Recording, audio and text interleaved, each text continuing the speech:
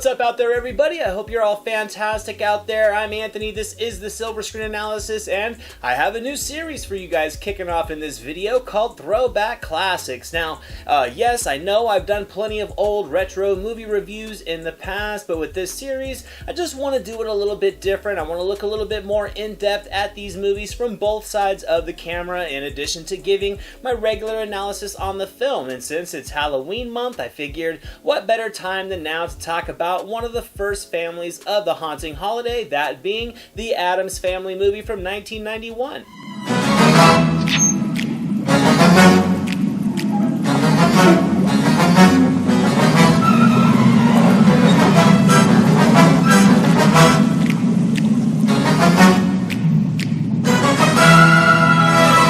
A movie that, despite many production hurdles, did turn out to be a surprise box office success. It would go on to spawn an equally entertaining sequel, in my opinion, with all of the cast members returning. This movie, it was my introduction to the Addams Family, and after just watching this one again as an adult, I must say the movie holds up great today, more than 28 years later. Created by cartoonist Charles Addams, the Addams Family originated as single-panel cartoons that were printed in the New Yorker from their debut in 1938 that would run all the way up until Charles Addams' passing in 1988. It was also adapted into a TV series, a very popular one that ran from 1964 to 66. It would inspire a 77 TV movie with the same cast returning. There was also an animated series in 1973 that would be revived again in the 90s, as well as a sitcom in the late 90s called The New Addams Family that had a 65-episode run that I had never heard about, and at the time of this video in theaters is a full feature animated version of the Addams Family,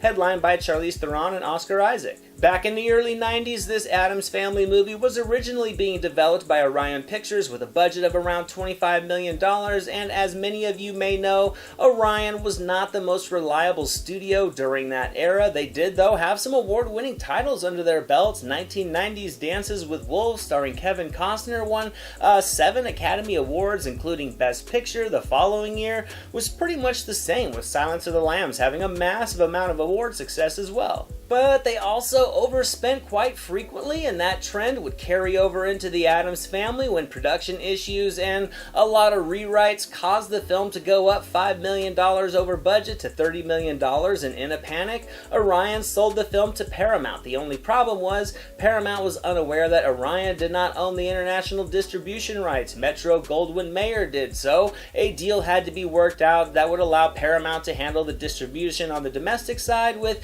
MGM slated to manage the overseas markets. However, this did lead to the film only getting a DVD release in the US and Great Britain all the way up until 2013. The movie would open at number 1 in the box office with a $24.2 million haul its opening weekend. During its theatrical run, it would gross $113 million in the US, with an additional $78 million coming from global markets, bringing the overall take-home to a very respectable $191.5 million. This would be good enough to lock it in at number 7 on the worldwide gross list for 1991, surpassing some great movies like Cape Fear and City Slickers, and it would go on to also received 2 Academy Award nominations, one for Best Costume Design and one for Best Art Direction, so it did quite well. Hot off the success of Batman, director Tim Burton actually passed on the job, and Barry Sonnenfeld, known for some movies like Men in Black and Get Shorty, was hired on to direct this movie, but it was 1991, and this would actually be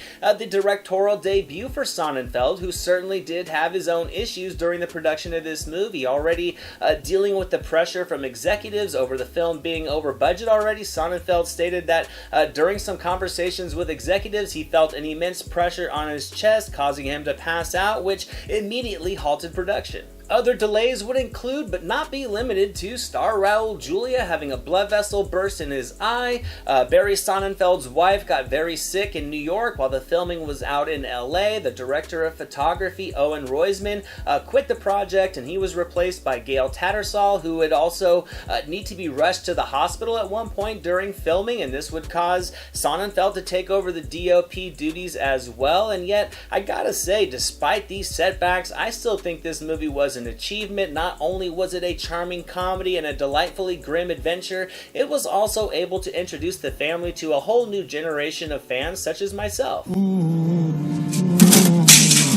Aha!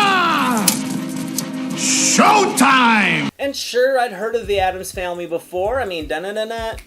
Everybody's heard that. I just had never seen any of the TV shows or movies prior to this one, and I gotta say, this remake really kicks off by wasting no time in introducing all the members of this dark family, and I loved it. It really pulls the viewer into this world with its own rules and themes, and it was completely unique for me as a kid growing up. I just recently rewatched this movie, and the dialogue still is very witty and loaded with clever lines. The script from Caroline Thompson and Larry Wilson showcased a great sense of humor that just embodies the vibrant personality of each character. The elements of the macabre are a constant, and it creates just a charming, hauntingly fun atmosphere that never really gets old. But this certainly is not a one-trick pony in terms of its comedic delivery. I think the amusement comes from a lot of different things. There's plenty of visual cues, wacky situations and scenarios, as well as just great physical acting from the fantastic cast. The story itself is able to serve as a great vehicle to create some charm and amusement and some genuine intrigue. We meet this family living their comically haunting lives, just oblivious to the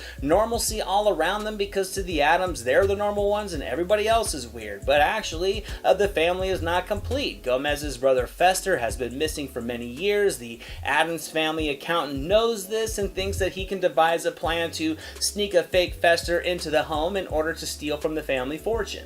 And yes, it's a simple premise, but it's appealing to all ages, it has structure to it, and it provides more than enough opportunities to engage the cast members, which is a positive in this one because the cast was just fantastic from top to bottom. Academy Award-winning Angelica Huston was cast as Morticia Addams. She was coming off of back-to-back nominations for Academy Awards going into this role, one for Best Actress in a Supporting Role for 1989's Enemies, A Love Story, as well as for Best Actress in a Leading role for her performance in 1990's The Grifters, so Huston really brought the film a ton of clout and star power.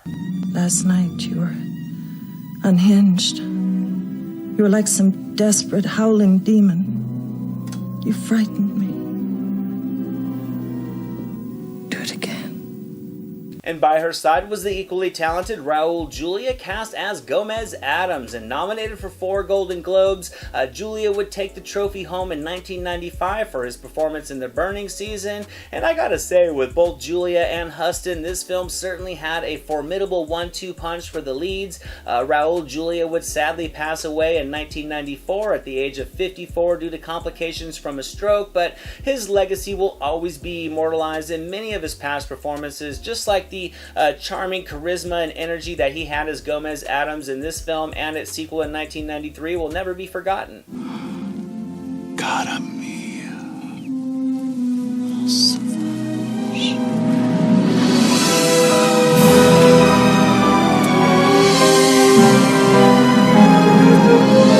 There's no denying the energy from Huston and Julia were all that these roles needed and more. Their passion for one another is immediately captured. It's very comical, it's brimming with an innocent sexuality, and it's never forgotten throughout the course of the movie. Their undeniable charm early on, I think, is what puts the viewer at ease despite all the grim imagery, to just make these characters instantly likable, appealing. It makes you want to know more about them. The chemistry between Huston and Julia was excellent. Their dialogue was well written. It was amusing, but it was certainly the timing with one another and the charismatic spirit from their delivery that I thought sold their bond. This results in many great scenes between the two of them, with my favorite probably being the auction scene when carnal lust takes over, because sometimes it just does. 50. I have $50,000. Your turn, my ecstasy. 50,000 going once, 50,000 going twice. Sold to Morticia Addams for $50,000. I thought Julia perfectly captured just the eccentric charm of Gomez Addams with a very animated performance that showed he knew what the source material was. Angelica Huston was both scary, intimidating, and sexy, with a casual delivery and routine facial expressions that I thought spoke so much more than dialogue alone could ever provide, and together they brought a legitimacy to the film, and Angelica Huston and Raul Julia will always be Gomez and Morticia to me. Filling out the family was the always talented Christopher Lloyd as Fester Addams. A young Christina Ricci in her breakout role was cast as Wednesday Addams in his first film performance. Young Jimmy Workman, who has a fantastic last name, earned the part of Pugsley Addams. Carol Stroiken was cast as Lurch, and Judith Molina was brought in to play Granny. And finally, a man that has made a ton of cash with his hands, literally, Christopher Hart's right hand, was cast as Thing. And we also have Dan Hedaya and Dana Ivey adding two charming characters in their roles as the Alfords, who play the Addams Family accountants. I felt Christopher Lloyd was the perfect choice for Fester Addams. I can't really picture anybody else in the role. It's been noted that Anthony Hopkins actually turned it down, and while I think Hopkins is a legendary talent, Lloyd just seems like a much better fit to me. I mean, Lloyd's just the perfect blend of haunting and amusing. He was warm and cuddly, and in a way he was also imposing, and I think it was Lloyd's just animated gestures and mannerisms and expressions that just sold the character. His comedic timing was fantastic. He had some memorable moments, and for his needs in this storyline, he was able to capture just enough duality to build a little bit of intrigue as to whether or not he is this imposter or is he truly an Addams. Overall, I just think everybody was perfectly suited for the needs of their roles. There's a clear visual enjoyment to the cast despite all the behind-the-scenes issues that just make them feel like the family they're supposed to be. I think Christina Ricci was a great Wednesday Addams. It's a very dark but still childlike performance that she delivers. She's very creepy, and she was kind of surprisingly able to command the screen with each of her scenes, and it was subtle, but something I really liked in this story was that she kind of truly felt like a little version of Morticia. And even though there were so many different comical bits throughout this film, she was right in the center of my favorite sequence, which just so happened to be the school play. Sweet oblivion! Open your arms!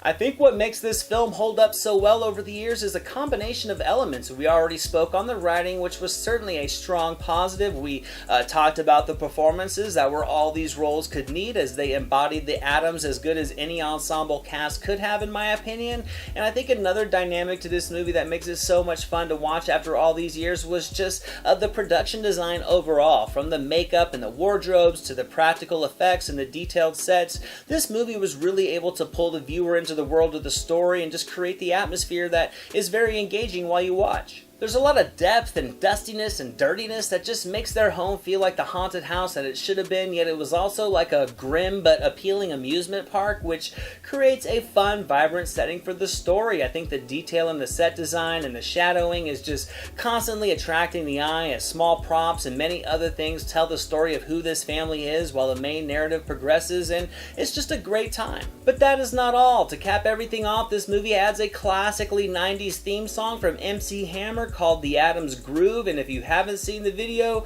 do yourself a favor and give it a look on YouTube. It's cringeworthy in all the ways you would want, and I would be lying if I said it wasn't a little bit catchy, but then again, so is herpes, so that's not necessarily a good thing, now is it? They do what they wanna do, say what they wanna say, live how they wanna live, play how they wanna play, dance how they wanna dance, kick and they slap a friend. Addams Family! But all jokes aside, nowadays looking back at this music video and seeing the cast getting involved in things just has some charming nostalgia to it. Hammer is at his full energy. The video captures the tone of the film nicely. It captures the 90s as well. It actually peaked at number 7 on the Billboard Top 100, and this would be the last top 10 song for MC Hammer in the US, sort of closing his run of fame, sadly. The U.S. economy in the early 90s was in a little bit of a slump. Theaters were starting to struggle, and this movie helped rejuvenate that market, and it's because it's a very good, entertaining movie that knew exactly what it was, that it can appeal to a wide range of audiences. There was effort in trying to create something of quality. I think it was a success. There would be a 1993 sequel called Addams Family Values with